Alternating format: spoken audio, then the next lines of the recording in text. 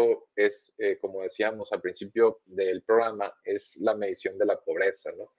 ¿Qué sucede cuando se da la pandemia? Bueno, se empiezan a poner algunas restricciones en cuanto al flujo o la movilidad de las personas y en algunos casos, pues eso trajo tasas de desempleo, ¿no? En el sector formal, en algunos casos es más, no se vio tanto, ¿no? Por ejemplo, en la manufactura, pues siguieron entrando pedidos, entonces el personal, no mucho personal se mantuvo.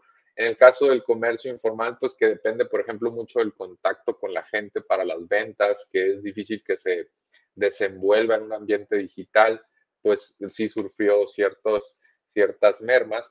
Pero la buena noticia es que este año 2021 la recuperación económica va avanzando más rápido de lo que se esperaba. El pronóstico, por ejemplo, del Fondo Monetario Internacional se volvió a revisar a la alza. Ya los analistas del sector privado estiman que el crecimiento de la economía mexicana estará entre 6 y 7%. Entonces, ahí va recuperándose el empleo también. En Estados Unidos tuvimos el indicador de empleo el viernes y la cifra indica que se han recuperado 75% de los empleos perdidos en la parte más baja de la pandemia, ¿no? 75% es el dato para los Estados Unidos.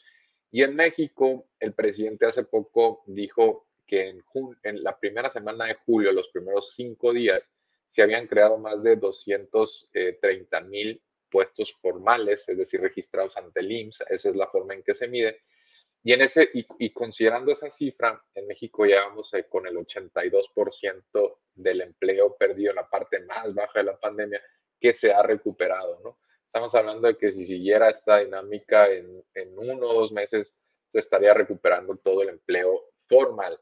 En el caso del empleo informal, existe otra medición que es la ENOE, ¿no? Que es la ENOE, es una encuesta que levanta el INEGI y ahí se considera una encuesta, no son los datos que se pueden verificar ante el IMSS, como en el caso del empleo formal. Y la NOE abarca tanto el empleo formal como el informal. Y también, pues los datos son bastante optimistas porque ya indica que se ha recuperado más del 90% del empleo perdido, ¿no? Entonces, es una forma también de verificar o de validar lo que estamos viendo ante el IMSS. Y la buena noticia, la todavía mejor noticia, es que la ENOE se levantó hasta el último día de junio, no considera julio, como sí lo considera Estados Unidos, y también en el caso del IMSS, pues no considera los últimos días de julio. Entonces es probable que esta tasa del 82 al 90 y tantos por ciento mejore en las siguientes semanas.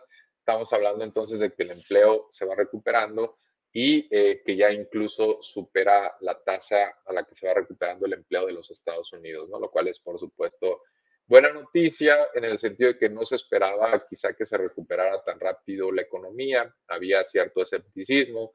Recuerdo yo que en algunas mesas de debate de finales del 2020 o principios del 2021, cuando uno decía que era probable que la economía creciera más de 3.5%, pues sonaba sumamente optimista, ¿no? Y hasta lo tachaban a uno pues de irracional o de que no estaba viendo alguna cuestión.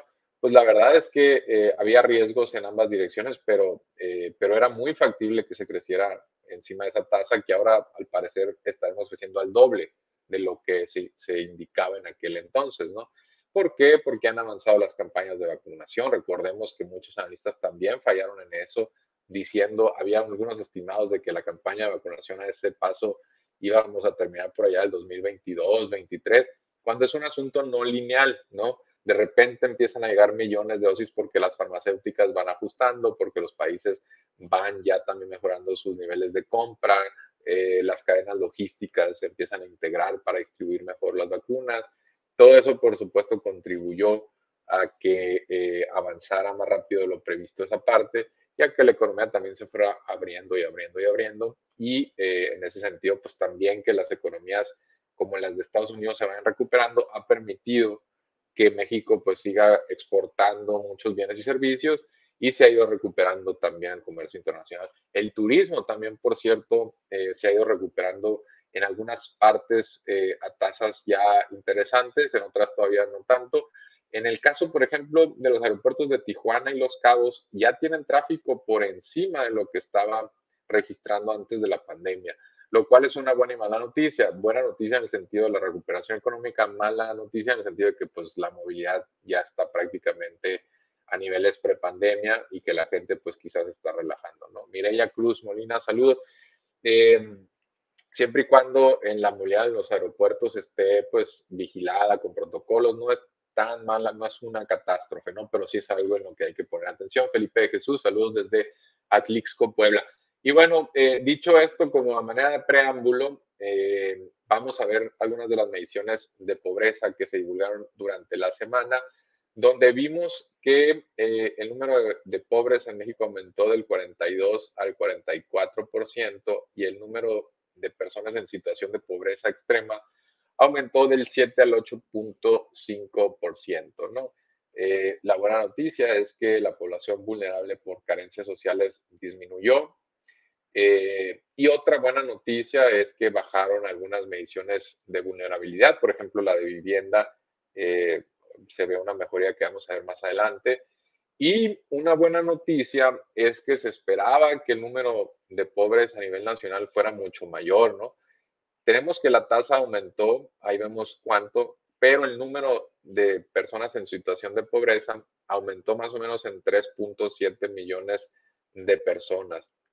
En el siguiente cuadro vamos a ver un tuit de Gerardo Esquivel, donde vienen algunos estimados, ¿no? De cuánto predecían algunos autores u organismos internacionales que se iba a incrementar la pobreza por un año que se antoja muy complicado por la pandemia y hemos visto que en otros países también ha aumentado la pobreza.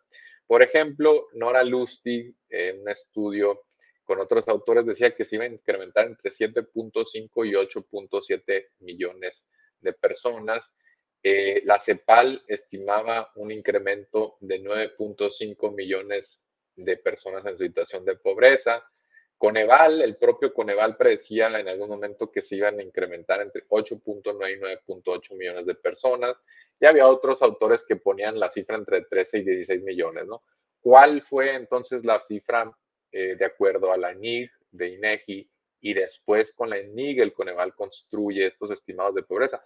El número fue 3.7, ¿no? Entonces, si se fijan, en algunos casos fue la mitad de lo que se esperaba en algún momento, ¿no? Esto, por supuesto, que es una buena noticia, ¿no? Nunca es complicado festejar que haya incrementos en la pobreza, por supuesto, pero lo que sí es válido celebrar o reconocer es que aumentó menos de lo que aparentemente indicaba que iba a suceder, por ejemplo, el porcentaje de caída de la economía, ¿no?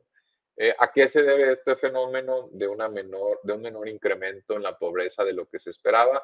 Bueno, tiene que ver con varios factores. En primer lugar, pues por supuesto que tiene que ver con los programas sociales. Hay que recordar que se siguieron transfiriendo las pensiones, que siguió, por ejemplo, las transferencias de personas en situación de discapacidad. Hay que recordar que se implementaron algunos nuevos esquemas de crédito para microemprendedores o muy pequeñas empresas, microempresas. Hay que también considerar, por supuesto, que se siguió ejecutando el gasto sin mucha dilación.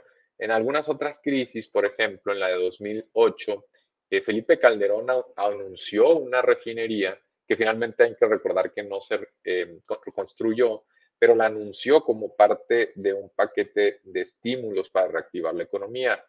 El manual dice que no es tan aconsejable hacer obras tan complicadas como una refinería en una recesión, ¿no? ¿Por qué? Porque ya para cuando la economía está saliendo del bache, pues probablemente tú todavía no hayas concluido los estudios, ya vimos que tuvieron dificultad con la compra del terreno y con los preparativos, ¿no?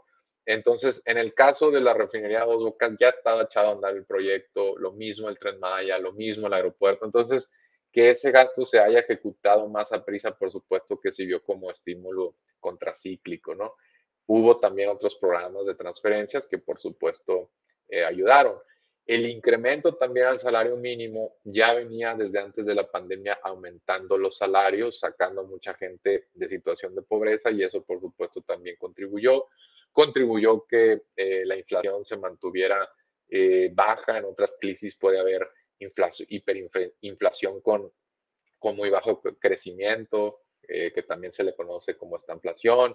Ayudó también, por supuesto, el envío de remesas, ¿no? Eso no hay que subestimarlo, porque finalmente es un colchón, ¿no? Muchos hogares transfirieron de Estados Unidos a México algunos recursos y eso permitió que los receptores pues enfrentaran el choque económico, ¿no?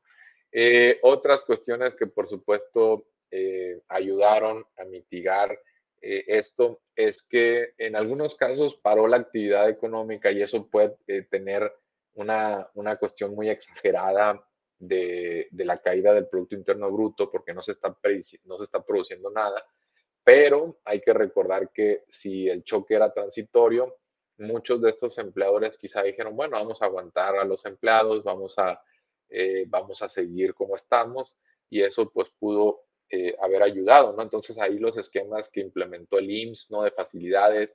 En el caso del Infonavit también se dieron algunas facilidades. La Comisión Bancaria de Valores también relajó algunas cuestiones referentes al crédito.